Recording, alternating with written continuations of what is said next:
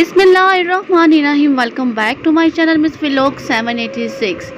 Friends, कैसे हैं आप? यकीनन आप ठीक होंगे। फ्रेंड्स, इस टाइम में पंजाब के दिल लाहौर में वाक़या मकबरा जहांगीर उन चंद तारीखी आसारों में से एक है जिसे इस शहर के दिल लाहौर ने अपने दामन में समेट लिया है।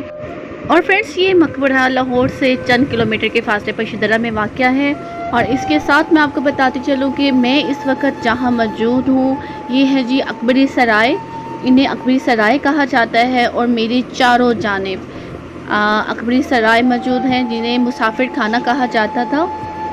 फ्रेंड्स, महाराजा रंजीत सिंह के दौर में इस जगह को फौजी छावनी के तौर पर इस्तेमाल किया जाता था और अंग्रेज़ों के दौर में इस जगह पर ट्रेन के कोल्ड स्टोर के तौर पर इस्तेमाल किया जाता था, जिसकी वजह से इस जगह को काफ़ी नुकसान पहुंचा।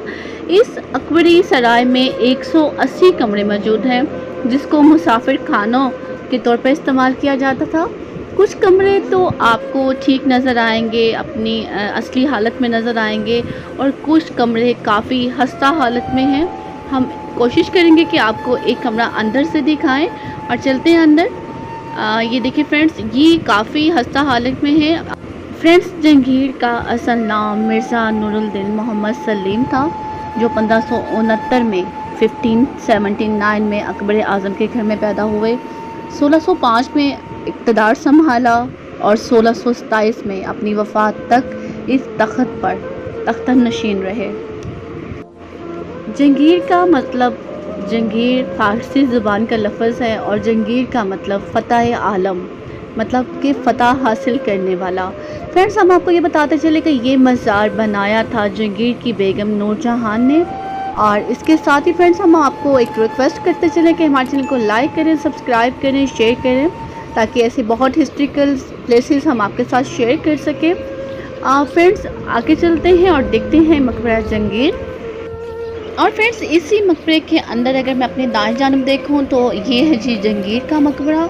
और अगर मैं आपको ये बताऊं कि अगर मैं अपने लेफ़्ट साइड पे देखूं, बाएं जानब देखूं, तो ये है जी आसिफ जहां का मकबरा। आसिफ जहां कौन थे वो भी हम आपको बताते चलें कि आसिफ जहां शहंशाह जहांगीर की मलका, खूबसूरत मलका के भाई थे, जिनका मकबरा इसी मकबरे के अंदर मौजूद है।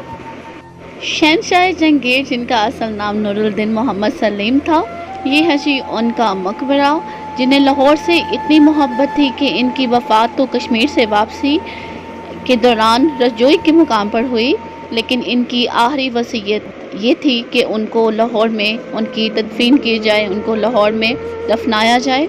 और इसके साथ ही फ्रेंड्स, हमारे चैनल को लाइक कर दें, सब्सक्राइब कर दें, शेयर कर दें, और देखते हैं लाहौर में जहांगीर का मकबरा। फ्रेंड्स, ये मकबरा बनने से पहले ये गार्डन मलका नूरजहां और शहंशाह जहांगीर का पसंदीदा गार्डन होता था, जिसे बाग दिलकशां भी कहा जाता था।